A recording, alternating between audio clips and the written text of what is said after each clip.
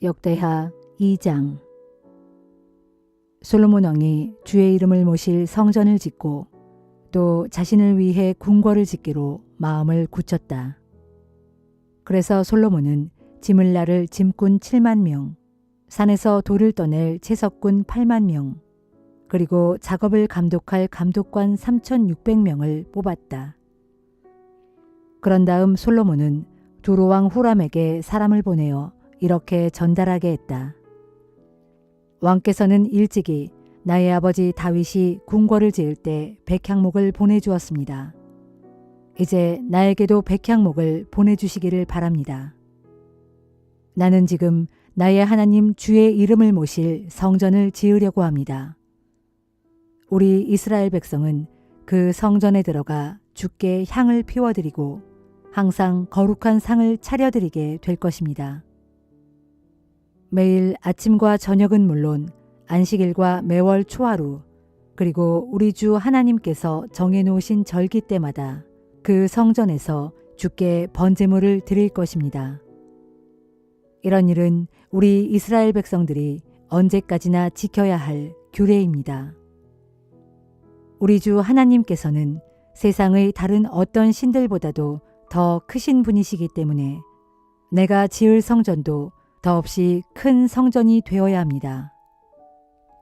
사실 하늘과 그 하늘의 하늘마저도 우리 주 하나님께는 오히려 좁을 텐데 어느 누가 그분에게 맞는 성전을 지어드릴 수 있겠습니까? 하물며 내가 무엇이기에 그분께 맞는 성전을 지어드린다고 할 수 있겠습니까? 다만 우리 주 하나님 앞에서 향이나 피와 올릴 장소를 마련하고자 할 따름입니다. 그러므로 부탁드리오니 금과 은과 동과 철을 다룰 줄 알고 또 진홍색과 청색과 자주색 천을 짤 줄 알고 여러 가지 조각에도 능숙한 기술자를 한 사람 보내주십시오. 유다와 예루살렘에는 나의 아버지 다윗께서 이미 길러놓으신 기능공들이 많이 있으니 왕께서 보내주신 그 기술자가 이 사람들을 데리고 일할 것입니다. 또 레바논 산중의 백향목과 전나무와 백단목도 보내주십시오. 그곳에는 벌목을 잘하는 사람들이 많은 줄로 압니다만 나의 일꾼들도 그곳으로 보내어 그들을 도와 함께 일하도록 조처하겠습니다. 되도록 목재를 많이 준비해 주십시오. 내가 지금 짓고자 하는 성전은 그 규모가 매우 크고 웅장하기 때문입니다. 나무를 베는 왕의 벌목꾼들에게는 내가 먹을 양식을 충분히 제공하겠습니다. 그들을 위해 밀 2만 고르와 보리 2만 고르와 포도주 2만 밭과 기름 2만 밭을 모두 내가 대겠습니다. 두로왕 후람이 솔로몬에게 답신을 보내왔다.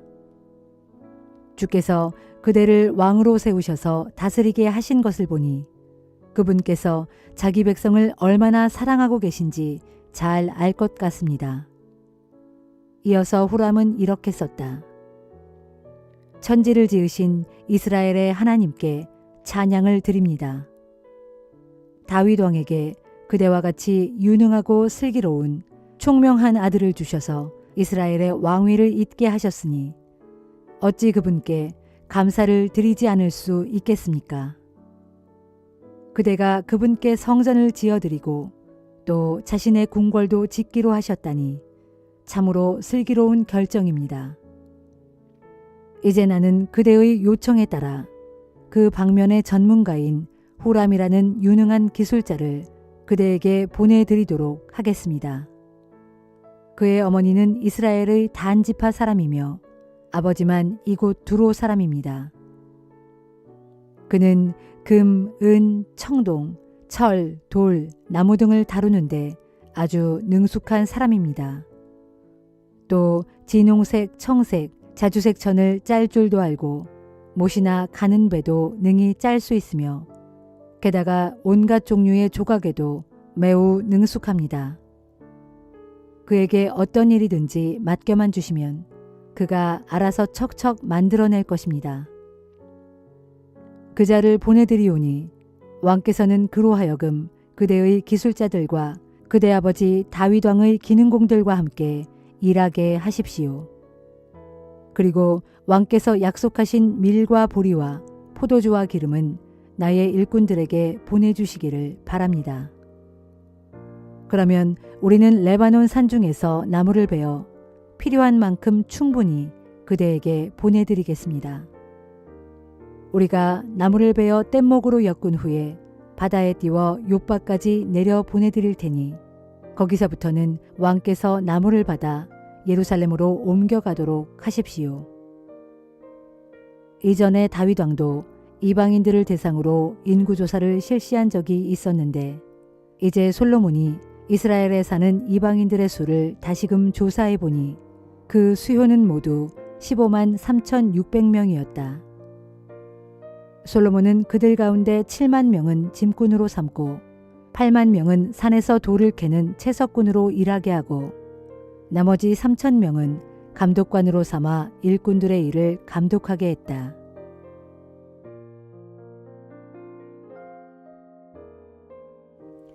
요한일서 2장. 사랑하는 나의 자녀들이여, 내가 여러분에게 이 편지를 쓰는 것은 여러분으로 하여금 죄를 짓지 않게 하기 위함입니다.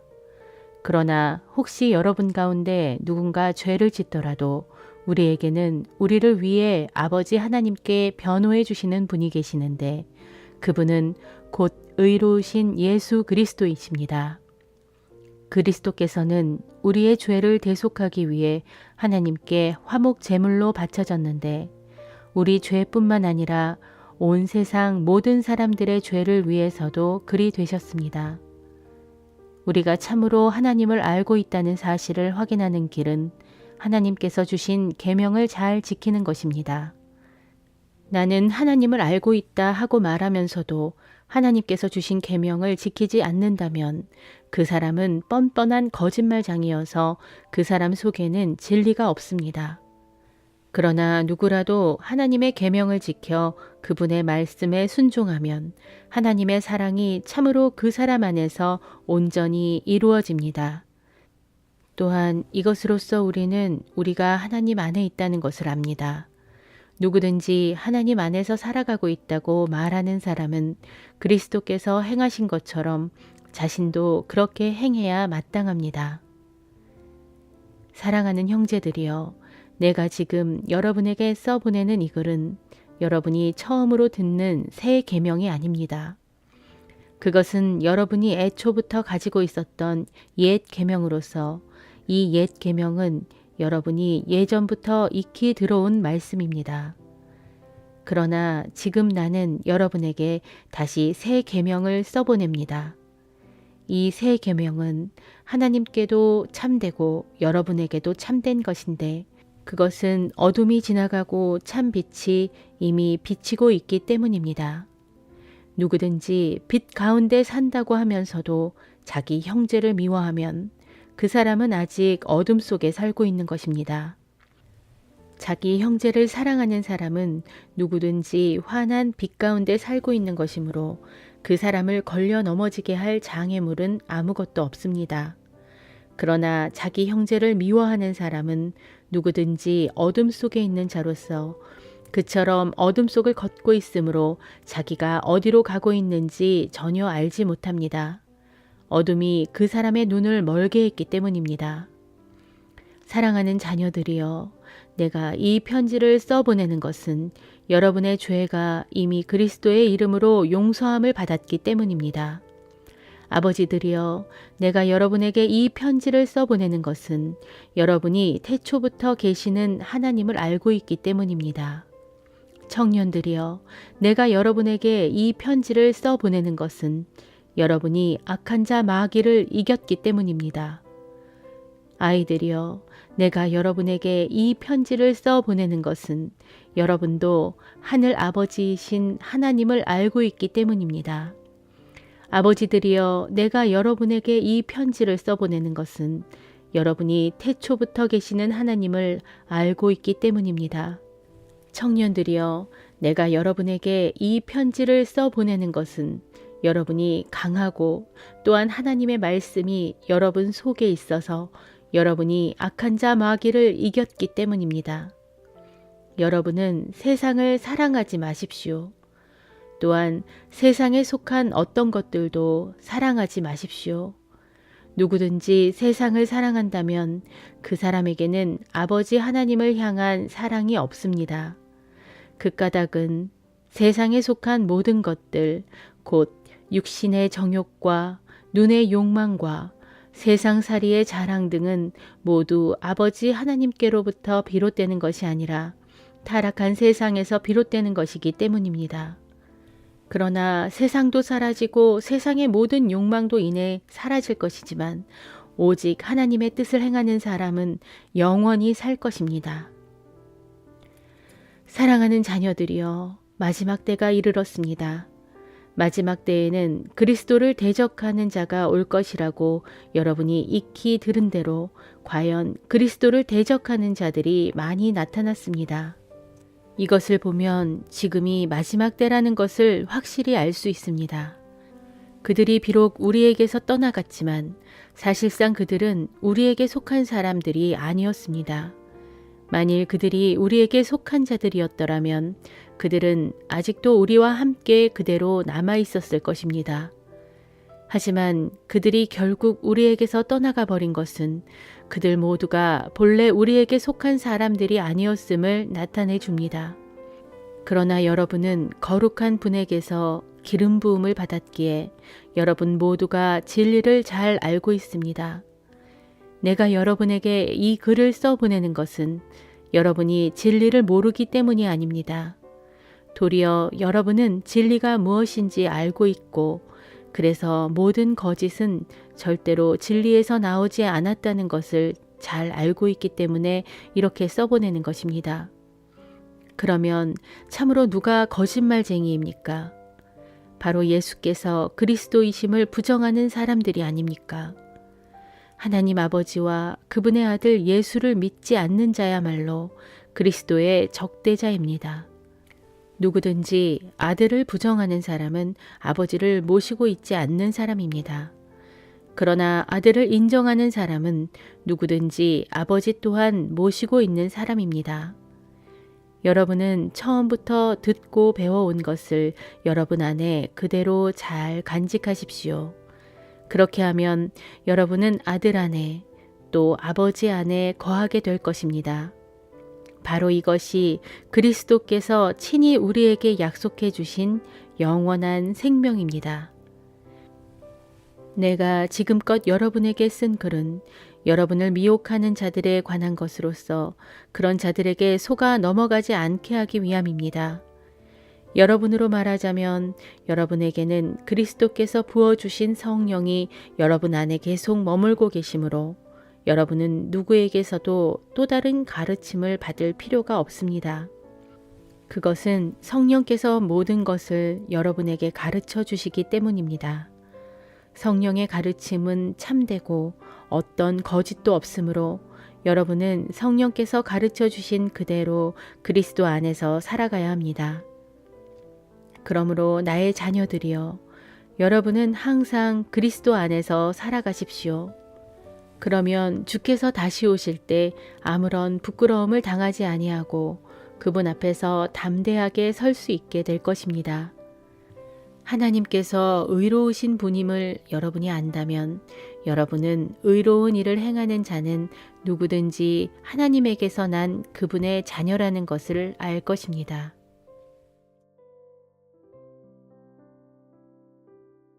나훔 1장. 이 말씀은 엘고스 사람 나훔이 주께로부터 받은 계시의 말씀으로 곧 니느웨에 닥칠 엄중한 심판에 관한 것이다. 주께서는 질투하시며 복수하시는 하나님이시다. 주께서는 진노하시며 반드시 복수하시되 자신을 거스르는 원수들에게 보복하시고 자신을 대적하는 악인들에게 진노하신다. 주께서는 되도록 화를 더디 내시는 분으로 좀처럼 노하지 않으신다. 주님은 참으로 권능이 크시며 또한 죄인을 처벌하지 않은 채 그냥 내버려 두지 않으신다. 주께서 다니시는 길은 회오리 바람과 폭풍 가운데 있고 구름은 그분의 발밑에서 이는 흙먼지다. 주께서는 바다를 꾸짖어 그 물을 말리시고 모든 강물도 다 말리신다. 그러므로 바산의 초원과 갈멜의 삼림이 메마르고 레바논의 꽃이 시든다. 주님 앞에서는 산들이 진동하고 언덕들이 녹아내리며 온 땅과 그 안에 살고 있는 모든 것들이 벌벌 떨며 요동친다. 그러므로 누가 감히 주의 분노를 견뎌낼 수 있으며 누가 감히 그분의 진노를 감당할 수 있으랴. 주께서 자신의 진노를 불같이 쏟아부으시면 그로 인해 바위들이 산산조각으로 부서져 버린다. 진실로 주께서는 선하시고 환난 날에 견고한 피난처가 되신다. 주께서는 자신을 의지하고 자신에게로 피하는 자들을 보살펴 주신다. 그러나 주께서는 자기를 거스르는 대적들을 넘쳐 흐르는 홍수로 휩쓸어 버리시고 자신에게 맞서는 원수들을 캄캄한 어둠 속으로 쫓아버리신다.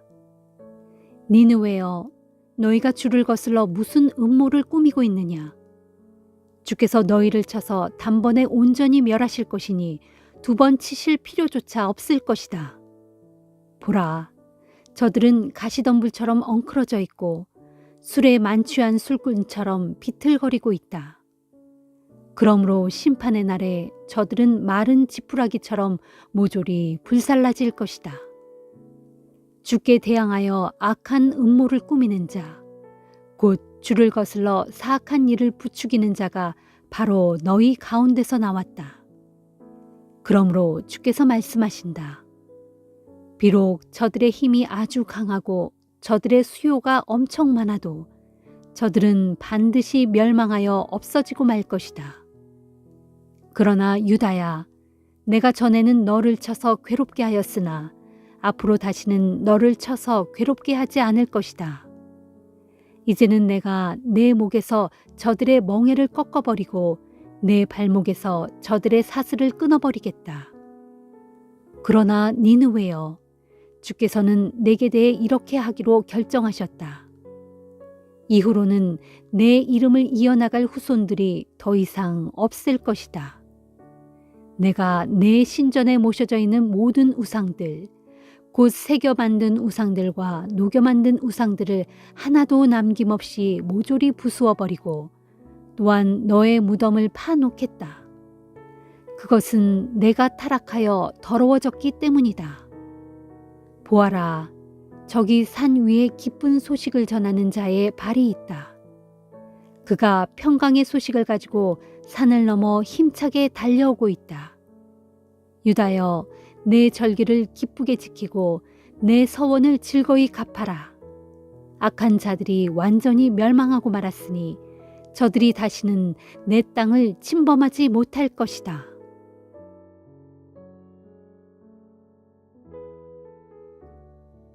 누가복음 17장. 예수께서 제자들에게 말씀하셨다. 세상에는 남을 죄짓게 하는 일이 언제나 있기 마련이지만 다른 사람을 죄짓게 만드는 그 사람에게는 화가 미칠 것이다.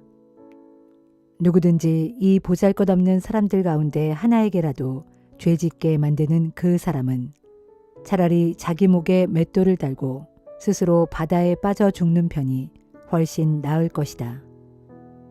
그러므로 너희는 삼가 정신을 차려라. 네 형제가 죄를 짓거든 그를 책망하고 회개하거든 그를 용서해 주어라. 그 형제가 하루에 7번이나 네게 죄를 짓고 그때마다 네게 나와서 내가 잘못했소 하고 회개하면 그를 지체 없이 용서해 주어라. 사도들이 주께 말했다. 주님, 저희의 믿음을 키워주소서. 예수께서 말씀하셨다. 너희에게 겨자씨만한 믿음이라도 있다면 이 뽕나무더러 뿌리째 뽑혀 저 바다에 심겨져라 하고 명령해도 그대로 이루어질 것이다. 너희 중에 누군가에게 밭을 갈거나 양을 돌보는 종이 있다고 하자. 그 종이 일하다가 들에서 돌아오면 어서 이리 와서 식탁에 앉아 밥부터 먹어라 하고 챙겨줄 사람이 어디 있느냐. 오히려 너희는 그 종에게 주인의 식사를 먼저 준비하게 하고 또 주인에게 시중들게 한 다음 그러고 나서 너도 먹고 마셔라 하고 허락하지 않겠느냐.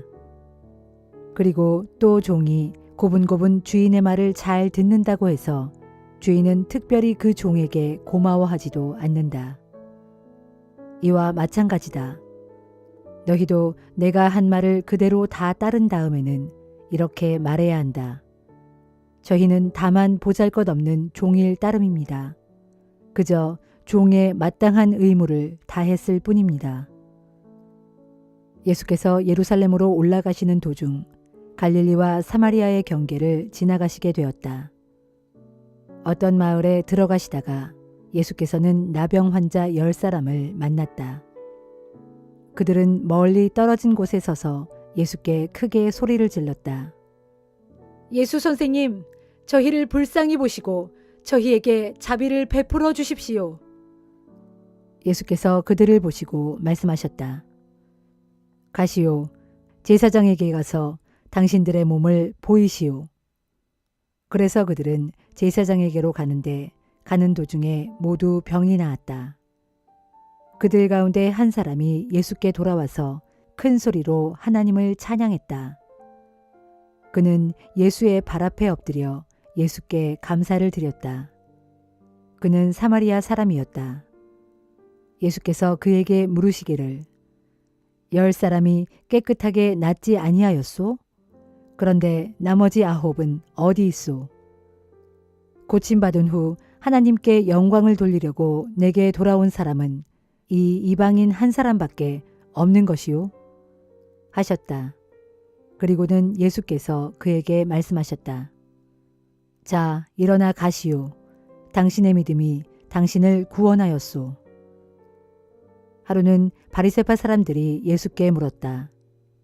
하나님의 나라가 언제 시작됩니까? 예수께서 대답하셨다. 하나님의 나라는 사람의 눈으로 볼 수 있는 그런 모습으로 임하지 않소. 또 보라 여기에 있다. 혹은 보라 저기에 있다 하고 말할 수도 없소. 하나님의 나라는 바로 당신들 안에 있기 때문이요. 그 후 예수께서 제자들에게 말씀하셨다. 언젠가 너희가 단 하루라도 인자와 함께 있게 되기를 간절히 바랄 때가 올 것이지만 그럴 수 없을 것이다. 그러므로 보라 여기에 그분이 계신다. 혹은 보라 저기에 그분이 계신다 하는 말이 들리더라도 너희는 나를 찾아 나서지 말라. 마치 번개가 하늘 이 끝에서 저 끝까지 번쩍하고 순식간에 비추는 것처럼 인자가 이 땅에 다시 돌아올 때도 그처럼 순식간에 임할 것이기 때문이다. 그러나 그 전에 인자는 먼저 많은 고난을 당하고 이 세대 사람들에게 버림받을 것이다. 옛적 노아의 시대에 그랬던 것처럼 인자의 시대도 꼭 그러할 것이다. 노아가 방주에 들어가던 그날까지도 사람들은 먹고 마시고 장가들고 시집가면서 자기들의 세상 일에 취해서 살았다. 그런데 갑자기 홍수가 나서 그런 그들을 순식간에 다 쓸어버리지 않았더냐. 또 롯의 시대에도 그런 일이 벌어졌다. 사람들은 하나님을 떠나 죄 가운데 먹고 마시고 사고 팔고 농사를 짓고 집을 지었다. 그러나 롯이 소돔에서 떠나던 날 하늘에서 불과 유황이 쏟아져 그들 모두를 순식간에 멸망시켜버렸다. 그렇다. 인자가 이 땅에 다시 돌아올 때도 그와 똑같을 것이다. 그날에 지붕 위에 있는 사람은 자기 물건을 가지러 내려오지 말고 들에 있는 사람은 집으로 돌아가지 말라. 너희는 롯의 아내에게 일어난 일을 꼭 기억하여라. 누구든지 자기 목숨을 보존하려고 애쓰는 사람은 그 목숨을 잃을 것이요. 자기 목숨을 잃는 사람은 오히려 그 목숨을 보존할 것이다. 내가 진정으로 너희에게 말한다. 그날 밤에는 두 사람이 한 침대에서 자고 있더라도 하나는 데려가고 다른 하나는 버려둘 것이다. 또 두 여자가 함께 맷돌을 갈고 있더라도 하나는 데려가고 다른 하나는 버려둘 것이다. 또 두 사람이 함께 밭에서 일을 하고 있더라도 하나는 데려가고 다른 하나는 버려둘 것이다. 제자들이 예수께 물었다. 주님, 어디서 이런 일이 일어나겠습니까? 예수께서 대답하셨다.